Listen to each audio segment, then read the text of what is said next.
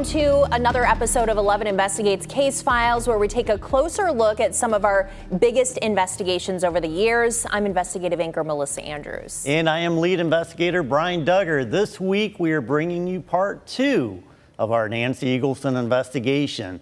Now, we've done multiple stories on this case over the last 2.5 years, but our first stories aired in February of 2023. Just a quick recap, Nancy was a 14-year-old girl who was kidnapped and murdered in Paulding in 1960. This week, we're going to talk about our investigation into the case. And we brought along our friend Nick Edwards, the co-host of the extremely popular True Crime Garage podcast. He's also done a lot of his own investigation into the story. So thank you so much for being here. Thank you for having me. You got a big show, True Crime Garage, 850 episodes. Yeah, we've been pumping out episodes since 2015. Very lucky to have a big audience and a lot of people tuning into the garage every week. And you were talking, when we were talking before the show, you were saying back when you guys started this, I mean, true crime podcasts weren't a big deal, but now it seems like everybody has one, but you guys kind of hit right at the right spot. They're very popular now. And the thing I love about podcasting is it's so niche, right? If there's something that you're into, I was always a big radio guy, but being like a Cleveland Browns fan growing up in Columbus, you tune into sports radio, you're getting 90% Buckeye coverage, just waiting to hear something about the Browns. And so I always tell people that are new to podcasting or why should I check out podcasts, is if you have an interest, there's a podcast out there for you that will talk nothing but that thing that you're interested in. So how did you stumble upon Nancy's case, and then how did you guys start communicating? Well, Nancy's case came to us in a very kind of strange roundabout way. So I was at CrimeCon prior to... Which we've wanted to go to that forever. We did. Yeah, so this would have been 2021 CrimeCon or 2022. And it was in Vegas.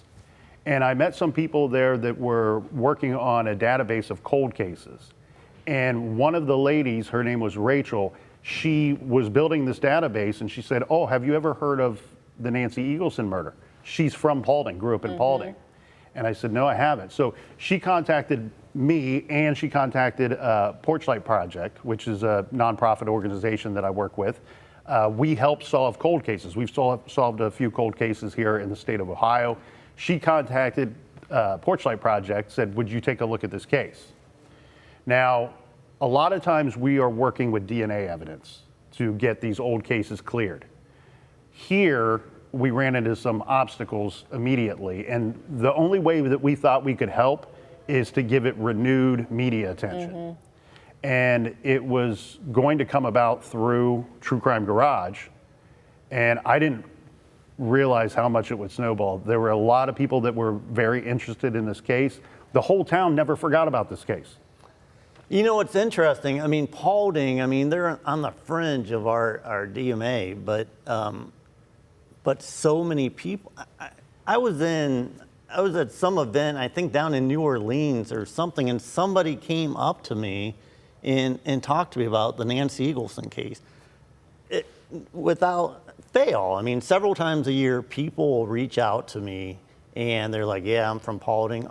One of our photographers is actually from Paulding. And this is just a case that everybody knows about if you actually live in Paulding. So you mentioned the Porchlight Project, and they were just involved in identifying a body in Toledo recently. Correct. And she was originally from Michigan. We think that there's no nice way of saying these things. We think the body was just dumped here. And we were able to identify that young woman after decades of nobody knowing who she was. And then, so when you have these cases, if you don't know who the victim is, good luck having a suspect pool, because usually it's somebody that knows the person that is responsible for their murder. So if you can identify them, immediately you start to have some suspects. And the good detectives here in Toledo, at Toledo PD, they were able to do a full backstory on the woman once she was identified and figure out why and most likely who put her there. But as far as the Nancy Eagleson case, the Porchlight Project, I believe that's actually how I got involved very early on, because somebody had said I think they were thinking about exhuming the body, and they were trying to go to court to get permission to do that. Because the idea was that, let's exhume the body. We have no other evidence, so maybe we can find stuff, right? And that's when Porchlight Project. Yeah, that was the goal. So to exhume the body, and I think the family and the people that have been working with the family, they were thinking we might be able to get suspect DNA. We spoke to a couple of pathologists. They're like, you're not going to get any suspect DNA. And because she had been embalmed and gone Yes. through the whole funeral, process, and plus this is, Correct. how many years later? yeah, so we would have been working on that 62 years Yeah. after she was killed. And even though the pathologists, more than one, tell us you're not going to get any suspect DNA, the family was still convinced that they could find some kind of physical evidence that would direct them to the killer. We saw complications with that, stuff that we didn't think would hold up in court. But I contacted the sheriff's office and spoke with Sheriff Landers, and I knew he was going to be cooperative right away. Not every law enforcement agency Right. wants to work with the advocacy program, but here he was an open book, and that was really a bit of mending fences because the family was suspicious of the sheriff's office having not solved the case for so long and having lost the physical evidence. And I spoke with him, and some of the first words out of his mouth were, "This is the most heartbreaking case in our county's history." It really is. Yeah, yeah. It really is. And so when it came to the exhumation, we are relying on fundraising dollars, right? So we don't just willy-nilly spend people's money. And so while it looked like it was going to be a fruitless effort, I had a discussion with our director, James Renner, and he said, well, the doctors are telling us don't do it. There's no good reason. Well, the sheriff's office shared what information they still had about the case, shared the case file with me, and after reviewing it, I said, let's do it. Let's do it because I think we're going to find a bullet. And they were able to find a bullet. Reviewing the autopsy, it appeared to me that she was shot twice rather than just once. And that is fascinating because, yeah, it was ruled early on that she had been shot once, I believe underneath the jaw or something, and it came out above her eyebrow or something. But so that's really interesting that you're able to determine from that. And back in the day, these weren't always necessarily medical examiners. No. I mean, sometimes, the guy that was doing this autopsy was, I don't know, but not somebody Yeah. that had a medical background. I can't remember in this case, but yes, so they dig up they exhume her body, and they do find a second bullet. Yep. Yeah, so talk about that. That's wild. Well, we were very hopeful because... So it's kind of just laying in the casket after all these years, or? Yeah, without getting too descriptive, they found a second bullet. And the way that the autopsy read to me, it didn't read like a through. It read more like an in and an in. So that's why I thought, well, she was shot bullets. twice. And there was complications with the crime scene. They weren't able to figure out where she was shot. Was she shot where she was found? Was she shot in a vehicle that abducted her? There's still so many questions about this case all these years later. And there was talk of a gun. Brian knows that there was talk about a gun. Brian was chasing down a gun. And so we got excited because now we have this bullet, we have this other gun story. Can we compare the two and see if they match up? And you were talking about problems with the crime scene, and I think you and I had talked about this, back in 2023, but think about a crime scene now. They put up the yellow tape and, they're very much like everyone back away, nobody come over here. But back then, they had everybody traipsing through this crime scene. Neighbors that were just That stuck out to me, like, why wouldn't there be a pool of blood if she were shot where she was found in the woods there? So Wouldn't it be obvious whether she was shot there or not? You would think so. But another thing that they missed early on, and again, what is still available today, there's things that have gone missing from that police file, from that case file. So it's easy for me to say, hey, they missed this. They could have had all this stuff and it just got lost. But tracks. Tire tracks would have been huge in this case. And if they didn't collect those or didn't take pictures of those at the time, that would have been a huge misstep in the case, because we know for a fact what you got to work your investigation on the facts you can prove, right? We know a gun was involved. We know a car was involved. So let's start looking for guns and cars. Yeah, and right. And there was so much evidence that they did collect at the scene. We know there was like hair that was found up in a tree. There was a bloody handprint on Nancy's arm. The paint on the tree? There was a paint like on one of the tree stumps. There was semen. There was fingernail clippings. There was a lot of evidence. And as you mentioned, this evidence all disappeared, which is the most interesting thing about this case. And I talked to Sheriff Landers about this, and he kind of talked about this. Obviously something happened to it at some point, well before my career here. And, you know, and again, in this case, it's unfortunate because there was great evidence, I believe, at that time that would have brought a resolution to this case, again, probably before I started my career here. So when you hear, Nick, I mean, you do this big podcast, when you hear that evidence has disappeared, where does your mind go first? Well, I know where the minds of some of the local people went. They were suspicious of the sheriff, suspicious of the sheriff's department. Previous sheriff. Correct, Sheriff Keeler, who was working back in 1960s. So working with the Porch Light Project and working for True Crime Garage, I do contact a lot of different law enforcement agencies, and I won't get into specifics, but this is not the only case where all the evidence is gone. I won't say that it's common, but it is a lot more common than most people would be aware of.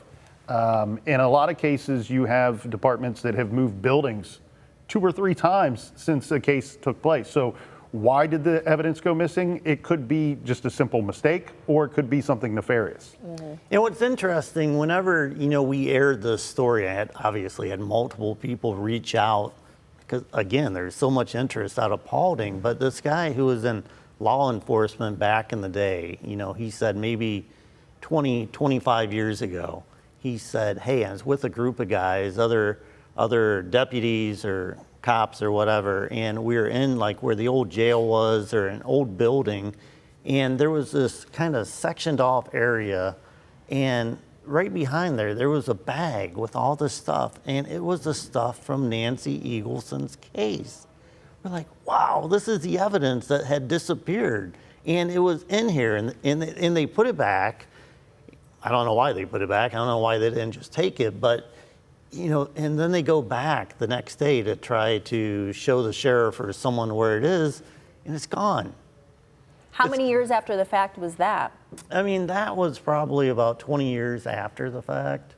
And again, we don't know when this evidence disappeared. I mean, it could have disappeared back in 1960. Mm-hmm. It could have disappeared back in 1985. But we know at some point over about a 25 year period, it just disappeared. And you mentioned Sheriff Keeler, and his son at that point was somebody that around town they were saying, hey, this guy was around Nancy's age. He could have been involved. And look, not to point him out, I mean, there were more than 300 suspects in this case. But, that's when people start talking around town. It's like, well, he was protecting something. And there was also the thing about Keeler, on the night that Nancy had disappeared, he was kind of at this intersection of these roads, and Nancy's family kind of came up to it, and they're like, hey, we're going to go search back there. And he's like, no, we've already looked back there. And it ended up that was where the body was found. And not to mention Cheryl spotting an officer that night and saying that's the guy. Yeah, I mean, she was in the sheriff's office that night, and at some point somebody came in and she jumped up and said that's the guy. So the theory, of course, is that it may have been somebody in uniform that came into the office. But so we talked back in, again, I think it was probably early 2023, maybe even late 2022, and And one of the big things when we're looking at this case is like, was it a local guy? Was it an out-of-town guy? And I asked you that back in our interview. So let's play what you talked about, whether local or out-of-town guy. And you can make a strong argument that it was a local guy. It had to be a local guy. It had to be somebody that knew the area, knew that town very well, knew the people. But then you could look at every aspect of that as well and argue that no, for whatever reason, evil passed through here that day and took Nancy away. And we were just talking in the green room before this, and I asked you that exact question. Who do you think did it? And you thought for a long time that it was an out-of-towner. Yeah, well, there's a state route right there. There's a county road right there. You could go zip right through there and it seemed like the killer was on that path with where the abduction took place, where the body's found, and could just zip right out of town and head north. And I was convinced for a long time, because another part of it too, with Paulding being the county seat, you have more law enforcement presence there than anywhere else in that county at that time. So if you knew the area and you knew that, why would you choose to commit such a horrific crime there? Wouldn't you want to do it further away from law enforcement? But the more and more that I've looked at the case, and the sisters, it took a lot, but eventually the sisters convinced me that it was a local person. Based on what? Based on they continue to be harassed or watched in their opinion, and that would only take place by somebody local. And I think that they were dealing with a local guy that was a bad guy, and this was a one-off killing, and I think that man planned to abduct a young girl that night and put a lot of effort into what he did. And I want to circle back to something with Keeler being positioned at the intersection. We have to keep in mind, it's easy for us to look back in retrospect and go, oh, well, her body was found right over here. Was he protecting the crime scene? Was he shooing people away so they don't find the body? They're not looking for a body at that time. They're looking for a car with a bad guy and a little girl in it. And when he says we searched over here already, they didn't find a car with a bad guy and a little girl in it. And that area, even 60 some years later, if we went out there at nighttime looking for something, I don't know if we would find it today. And that's why these raccoon hunters find her back in 1960. One of the things that I think is so striking about this case is how quickly she was disposed of by the killer and then found. Does that play into your local versus non-local theory at all? Well, that played into my non-local theory. And I asked you about that also. We have another soundbite of you discussing, the body being found so quickly. I've reviewed hundreds of homicide cases. Two things that stand out that are not typical are that one, that a victim is abducted and then found so quickly afterwards. I mean, she's found hours after she was abducted and killed. The other thing is where they located her body is not terribly far away from where she was abducted. So what do those two things point out to you? That's why I thought it was more of a snatch and grab to begin with. Now looking at it, you have to stay water with these things, right? You can't lock in to a theory and then try to build everything around that theory. Gotta be willing to change your... Exactly. And here's the thing too. This case has been unsolved for 60 some years for a reason, right? There's mysteries that within this story that we don't have answers to. So if you're refusing to change your mind and your theory and your stance on some things, the more you learn, look elsewhere, because you can't do that here. You can't do that with this. I mean, this thing was clearly sexually motivated. Yes. I mean, they grabbed, and I think last week, Mel had said, well, why wouldn't he have grabbed the 5-year-old girl versus the 14-year-old girl? I thought that was odd. I think that the 5-year-old would be probably easier to take. I just thought it was remarkable that Nancy was protecting her sister. She's the older sister. She says, we're going to go here now. We're going to do this. And and Cheryl's just kind of along as a tiny little 5-year-old, and then Nancy's the one that gets snatched. I thought that was interesting. So when you have a killer that's out looking for, or an abductor who's out there looking for a potential victim, you have what I call the 3 abilities, right? You have desirability, you have availability, and you have vulnerability, okay? And you don't have to fit all 3 criteria for a guy to... So maybe she fit desirability. I think she did. But not the other 2. And when you review a lot of child cases, there is age preference for these types of offenders. I mean, you look at the Wetterling case. He ambushed 3 boys in that case. And when before he took one of them, he asked all 3 of them their ages. That wasn't on accident. And that directed his actions after that. And I think that the target here, whether the killer knew Nancy prior to or not, I think a girl of that age is who he was trolling for that night. He desired that. And poor Cheryl, the 5-year-old, tries to fight off this guy for his sister. I mean, can you imagine? It's one of the most heartbreaking stories really that we've covered. Yeah. Let's go back to the gun because you actually stumbled upon this gun all these decades later. Yeah, you know, again, it goes back to everybody in Paulding had some sort of theory on what happened. And everybody they were throwing names out there left and right. And we spent a lot of time in Paulding just kind of talking to various people. And a name that kept coming up over and over was this guy by the name of Don Roanhouse.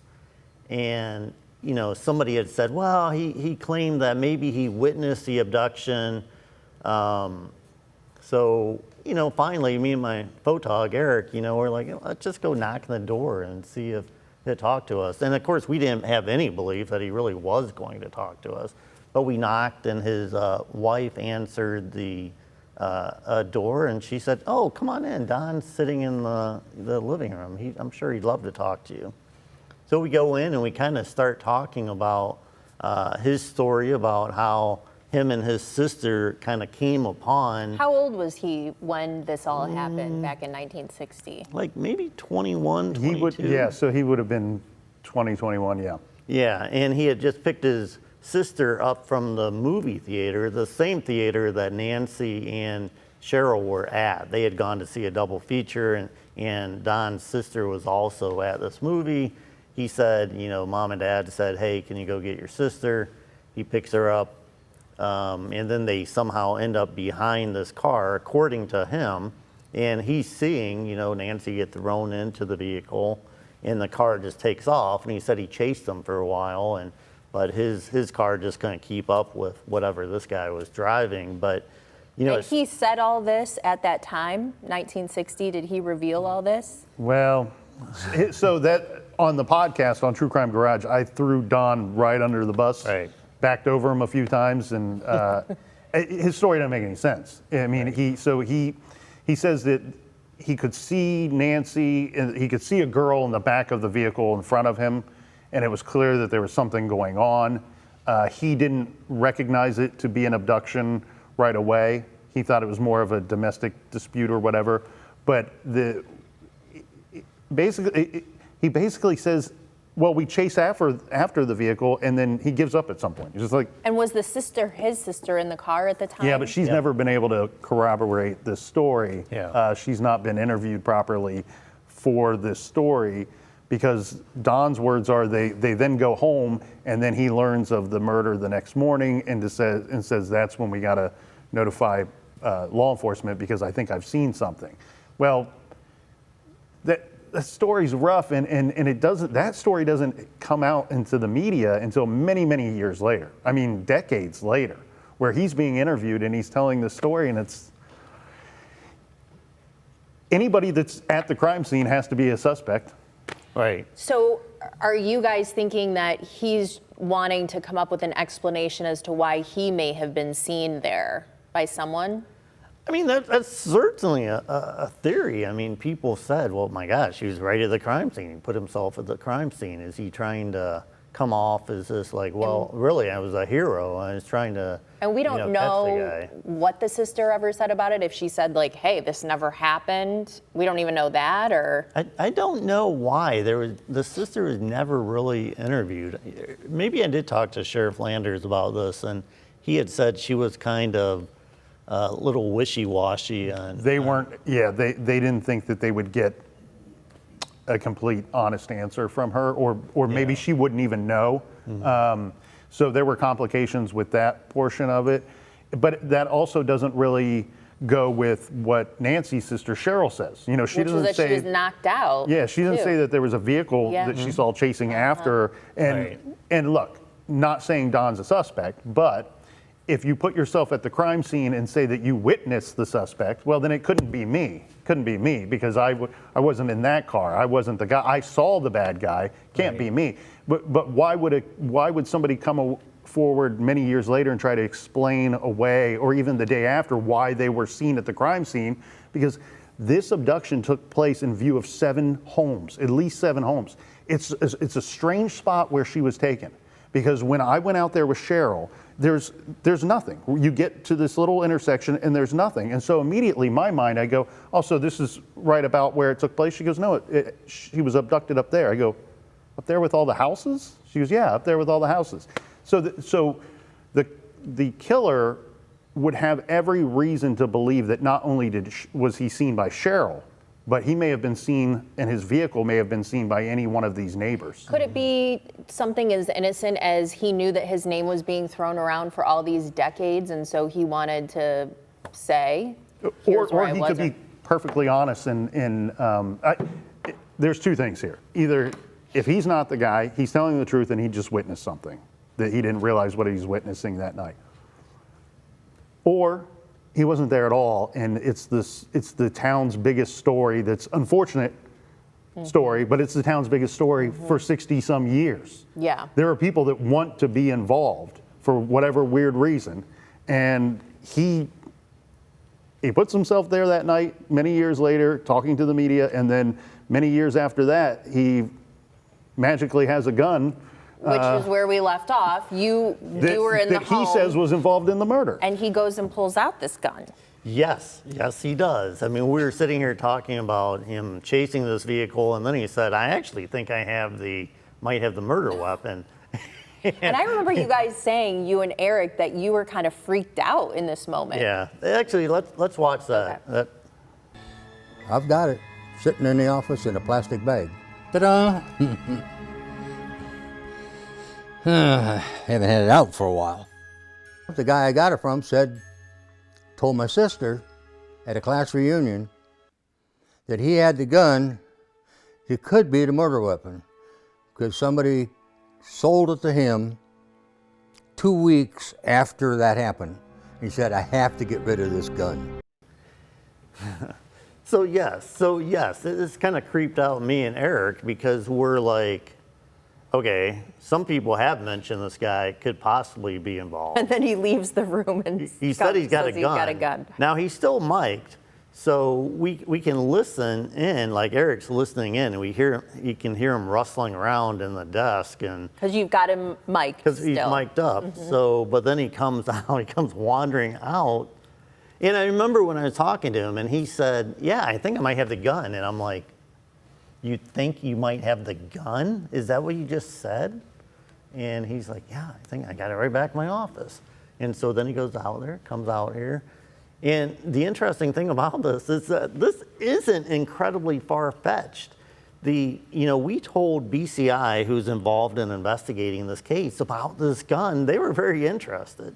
And a BCI agent shows up at Don's door, and they actually take this gun, and I believe they still have it because I think he was trying to get it away from it. And the bullet that they found in the casket, they think it was a .22, and this gun was a .22. Now they were trying to see if there was any way to figure out if this gun fired that bullet, and there wasn't any good reason. I want to go over his story again, though, because I don't think it's exactly clear here. How did the gun come into his possession, does Don say? Yeah, he had said that somebody, I think, had reached out to his sister and said, hey, I got to get rid of this gun. We don't know why, but this guy was pretty frantic that I have to get rid of this gun. And then he gave the gun. And when was this, that conversation happened with his sister? Decades later, around the time? I think it was more than a decade later. And then so this person gives a gun to somebody else in exchange for a car, because the person that he gave it to worked on cars and he had a lot of old cars, and he said, sure, give me the gun, I'll give you a car. And then that person, for whatever reason, hooked up with Don, because I think he had heard the story that Don had possibly witnessed this, and he gave it to Don under the idea that Don was going to, okay, he was a possible witness, he was going to probably go to the sheriff's department, so here's the gun, you might want to give this to the sheriff also. Have you ever heard of anything like this? Well, there's part of that, though, multiple too, facets is of this? he said he held on to it because there was this mistrust with the sheriff's department back then. Yep. And so he held on to it to do something He with didn't it want to later, give it to them. thinking it would Yeah. disappear like some of the other Yeah. evidence. And yeah, it's bizarre. And he didn't want to give up that gun. He told me, he said, I'm not giving it to the sheriffs. I just don't trust those guys. But when I didn't tell him I was reaching out to BCI, and when they knock on your door, I think possibly he trusted BCI more than the sheriff's department. Separate But entity. but yeah. one of the reasons he said he didn't trust the sheriff's department is because he claimed that he went to the sheriff and filed a report about what he witnessed, and that report does not exist. So what do you think about all this? How does that figure into your theory of the case? Well, I think you can't, I wouldn't remove Don as a possible suspect, but I don't, he seems a little too obvious. And, but this case isn't one that's so easy to just go, oh, yeah, I think that's the guy, because you go to Paulding still to this day and you talk to a dozen people, you're probably going to come up with 5 or 6 different suspects that people are dead set that this person was involved, and I'll tell you why he was involved.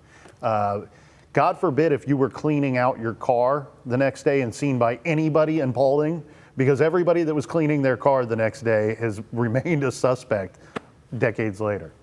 What do you think was going through his mind when he has this investigative reporter show up at the door and he says, let me go get this gun? I mean, is he trying to seem like a team player? Is he trying to has he been living a guilty life? What does that say to you guys? I mean, that's a really good question, because again, like I said, I wasn't even sure he was going to talk to us. And then when he started talking, he wouldn't shut up. I mean, he was just going on and on with all these fantastical stories, really. And But it could just, it could just be someone who wanted to be a part of it. And you said there are plenty of people like that. That's how it strikes me. You show up and he's an open book. He's ready to talk and talk and talk. And when he did that first interview with the local paper many, many years ago, where he tells the story of, me and my sister, we pulled up behind the killer as he was driving off with Nancy in the back. It was the same thing. He wants to be tied to the case for whatever reason. So again, after this series aired, we had multiple people reach out to us, and we're going to show you a story here in a minute, but a woman had reached out to me, and she told me of this story about being abused by a local man in town. Sexually abused. And her story matched really closely with kind of what we think might have happened with Nancy. And the interesting thing about this guy that claimed, who she claimed abused her, is that he committed suicide back in 1987. And we know that on the day that he committed suicide, he was indicted by a grand jury for sexually abusing a family member. And not only that family member, but other family members reached out to me and said he also abused me. And the story I was told was that the sheriff at the time, Sheriff Porter, had come out to his house to tell him that, look, you've been indicted. You know, I just wanted to let you know, but I'm gonna have to come and pick you up tomorrow, probably. And then this person told me that he confessed to killing Nancy at that point. The sheriff ended up leaving for whatever reason. He confessed to the sheriff? That was a story that I was told by a friend of the sheriff. And, you know, and then after he left, or while he was there, he killed himself. And, yeah, and I had approached that Sheriff Porter is still alive. I had shown up at his house. He still lives in the Paulding area, and he's very friendly. Had a little dog. We were just kind of shooting the breeze a little bit, kind of talking, and he's a friendly guy. And I'm like, hey, you know what? I want to talk to you about the Nancy Eagleson case. And he said, and this is a direct quote, bye-bye. And he walked in the house, slammed the door in my face, and we're like, what just happened there? But so let's show this story. And I believe this aired in September of 2023. About a week ago, a woman living in Texas reached out to us with a horrific story of alleged abuse. Abuse that she says began in 1956 when she was living in Paulding, Ohio. She had seen our series in February and wondered if her attacker could be the same man who killed Nancy Eagleson in 1960. And the man she told us about, his name was already on our radar from another tip we had received months ago. When you think about him possibly being involved in Nancy's case, would you believe that's a possibility based on what you know about him? Yes, I do. Definitely do. For more than 60 years, investigators have tried to answer the question, who killed Nancy Eagleson? The mystery still hangs over the village of Paulding. Stories and theories still passed down through generations. The 14-year-old girl was walking home from the movies on a warm fall day in 1960 with her younger sister Cheryl. A man approached them, grabbed Nancy, then threw her in the back seat of his car. Threw her in the back seat, and then he's in here like this. And I couldn't see what he was doing, so I jumped on his back, and he just went like this and pushed me to the ground. So when I fell back on the ground, I just realized that this is a bad man. This is not a good man. Hours later, Nancy was found dead, shot twice. She was sexually assaulted. Her body was discovered in what is now called Nancy's Woods. It's a secluded area, but an area that's well known to locals. Over the years, the suspect list has grown, and now there's a new addition. It was getting close to dark. Over a 2-year period, beginning when she was 6 years old, Cindy Geyer Keefe says one man destroyed her childhood, Claire Bud Paulus, a former Paulding County Sheriff's deputy. The Geyer and Paulus families were close. The wedding photo of Cindy's parents has Virginia Paulus, Bud's wife, standing to the bride's right. Now, 11 Investigates can confirm that after our series aired in February, the Sheriff's Department received what it considered a credible tip about Bud Paulus in relation to the Nancy Eagleson case. Now, prior to that, Bud had not been considered any type of suspect in this case, but that tip continues to be investigated. Now, we have not previously named him, and we can tell you that Cindy reached out to us not knowing that we already had information about the same man. I remember him cuffing me, cuffing my hands, and pulling me from the main door that goes into their house, pulling me by those cuffs, by my hands, and pulling me kind of backwards, and pushed me into the back seat of a car. She says he took her to the jail. Then, she says, she was sexually assaulted. And then I remember being locked in the jail at this specific time, this one time, and he was holding a gun to my head.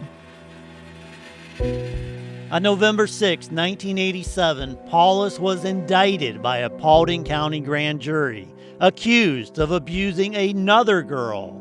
A record of that indictment doesn't exist, but the sheriff's office and former prosecutor John Webb confirmed to us that it did happen. Paulus then killed himself, shooting himself in the chest with a .38 caliber handgun. No police record exists of that incident either, but 11 Investigates was able to obtain the coroner's report.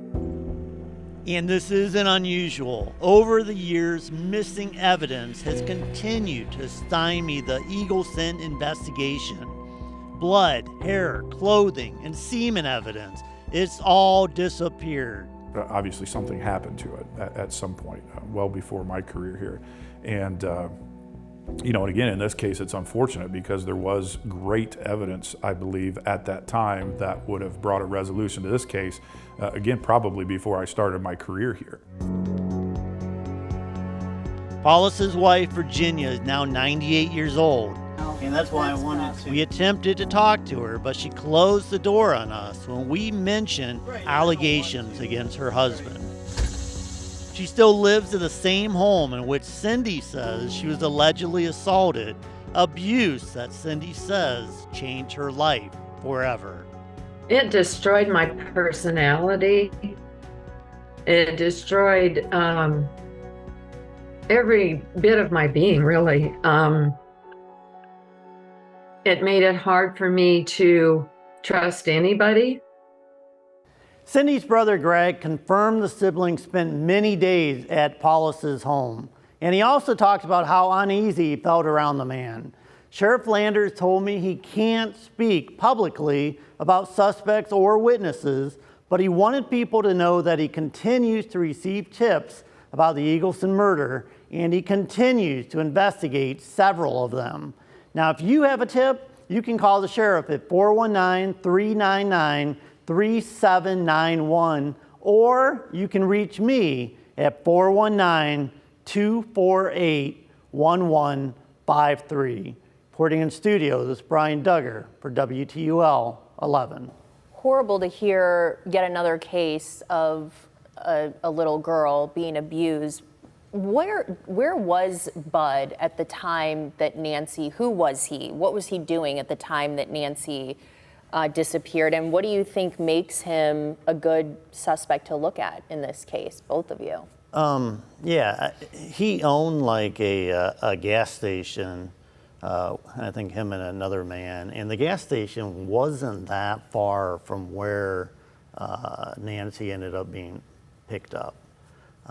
So we know he was an auxiliary sheriff's deputy for many years. And I think what really struck me was, Cindy's story about, being cuffed, taken to the jail, being thrown into the back seat of a car. And I think I had received another tip about Bud. And so when you try to piece all of this together,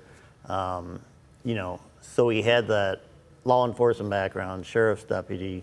The gas station was not too terribly far from where she was picked up. I was told he would always... And then the alleged sexual assaults of young ladies. Yes, so obviously this was his kind of MO, but also the fact that he would always have like a suit on and like a fedora, and he was always like immaculately dressed. And as we know, when Nancy was taken, Cheryl described the attacker as somebody wearing a suit. This was late on a Sunday night, fedora. So a lot of the stuff kind of made sense. And, I took this to the sheriff, and again, he wasn't initially a suspect. They hadn't even really considered him. So you had never, Nick, heard about Bud until Brian's story on Cindy? No, he was never mentioned to me by anybody in Paulding. And he does fit a lot. It's interesting that he was always dressed the way that Cheryl says the abductor was dressed. You see in the picture there, he's wearing eyeglasses. That was the first thing that she tells law enforcement. Who took a man wearing glasses took my sister. And he would have been the age that I believe the killer approximately would have been. You know, when we covered it on True Crime Garage, we did receive a lot of tips as well. And I received one that was very interesting. A woman who swears her father, she believes her father is the person responsible. The hurdle that was difficult to clear, and for me to believe that it was her father, is he was just too young at the time. And the description that Cheryl gives is of somebody that would have been closer in age to her father.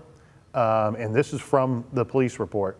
And so you're not looking for somebody, if she was right about what she saw that night, we're not looking for somebody that was 16, 18, 19 years old back then. We're looking for somebody that would have been 30 to 35. Did Cheryl know the Paulus family at that time? Or did her family know them? Just barely. I think she knew of them, which also kind of makes sense because everybody's like, Cheryl, how could you not know if this was a local guy? How could you not know who the attacker was? Again, she's 5. She's I keep 5. going back, she's a 5-year-old little girl, and as much as she did see and remember, she's still 5. Well, and that's why I thought it could not have been a local person. She stayed there the rest of her life, you know. And what, you never saw the guy again? And it's not a big town, it's not a big city. But I think that, look, unfortunately in these cases, it's always the bad guy that gets lucky, right? But the victim never gets lucky. But the person that she said that she saw when they were at the police station the night of Nancy's, it could have been an auxiliary person walking in there. Again, I mean, that makes sense because, you know, small town, you got these auxiliary And officers. it would make they're all total gonna run sense into for a it. guy who is an auxiliary member to just walk into the police station the night of a disappearance to just check what's going on, who's in there talking, or where does this investigation stand. I think that does make a lot of sense. So tell me, guys, where does this investigation stand now? Is the current sheriff still looking into this, or is it kind of like, hey, if someone comes forward, we'll talk to them? What about the Porch Light Project? Do you guys know anything about where this stands with all this new information really coming forward in the last several years? Well, I think as far as the Porch Light Project goes, I think we've kind of exhausted everything that we can do on the case at this point. We'd like to see that it's continuing to get media coverage, strong media coverage, because that will get more tips to come in. Somebody knows something. As far as the local investigation goes, we know that Sheriff Landers would love to solve the case. So if anybody out there feels maybe the way Don felt at one time of, well, I don't want to get involved with the sheriff's department because they're covering for their own. There's a new sheriff in town, Sheriff quite Landers literally. did not know Sheriff Keeler. You know, there's no reason for today's law enforcement to cover for somebody all these years ago. And I don't think, I said this on True Crime Garage, from everything I reviewed, I don't think that Sheriff Keeler was actively covering anything up. He was in contact with other agencies trying to connect this to, was it an out-of-town perpetrator? Because, and if you're trying to cover something up, you're not phoning and contacting other law enforcement But that's not to say that a person who could come in and out of the sheriff's office, such as Bud, perhaps, couldn't have made a couple things disappear. Yeah, and what we will say, obviously, you know, Jenny was 98 years old when I talked to her. I know that she just turned 100. She's still alive and still doing well. And, you know, if Bud truly is the person involved, you know, my hope has always been that maybe before she passes away, that she might want to clear her conscience or give some information. Somebody did reach out to me, a former law enforcement guy who's not involved in this case, but he's interested in this case. And he's from Paulding. He had said he actually visited Jenny, you know, a couple weeks ago. And there was something that he had mentioned about Jenny had described that she was getting rid of a lot of Bud's old pictures, which immediately struck him as funny and also struck me as odd because when Cindy, the story you're talking there, Bud took pictures of her when she was in the bathroom, and he would put them on the little slideshow, and he would, you know, sickly, like, you know, show these little things. And, You know, we know during the, when he was indicted, I've talked to people that testified at before the grand jury, and they said there were a bunch of pictures of Bud and a bunch of little girls. Now those pictures, nobody knows where they are. I told the sheriff about this, and he's like, yeah, there's just nothing. But these girls that I talked to, I mean, obviously women now, but they're like, there were pictures they showed of other victims that they believe that Bud had molested. So he was big into pictures. And so then you hear that pictures are being destroyed. I mean, it certainly raises questions. We obviously don't know what her for thought sure. process is Yeah. right now doing this. Yep. All right, guys. Anything to end on? No, go listen to True Crime Garage. It's available everywhere you get podcasts. And it is a great podcast. I was just telling Nick, I was listening to, I was mowing my yard yesterday. I mean, there were two-part, 850 and 851 or 849 and 850 about Travis Decker, right? So I was listening to that while I was mowing my yard. So I love true crime. We talked about the Sierra jogging case and James Worley. We talked about that a few weeks ago, and you brought some. Yeah, these are the keychains, the Angel in Disguise keychain. This helped fend off a potential abductor. Sierra was unfortunately abducted very close to her home, and this isn't designed to, just beat up on a guy. This is to Give yourself a minute to get out. hit him once, jab him once, and flee and get out of there. And she didn't unfortunately get that chance. And so her family and friends are hoping that this will give people the chance. And if you want to learn more about her story and this great organization, it's KOG Safe, keepourgirlssafe.org. All right, Nick, thanks so much. We appreciate you making the trip up. It's not an easy way. We still have to solve that way to get from Columbus to Toledo. But we appreciate you, and we'll be listening. Thanks so much, Nick. We will be back with another episode of 11 Investigates Case Files. You can watch anytime on WTOL 11+.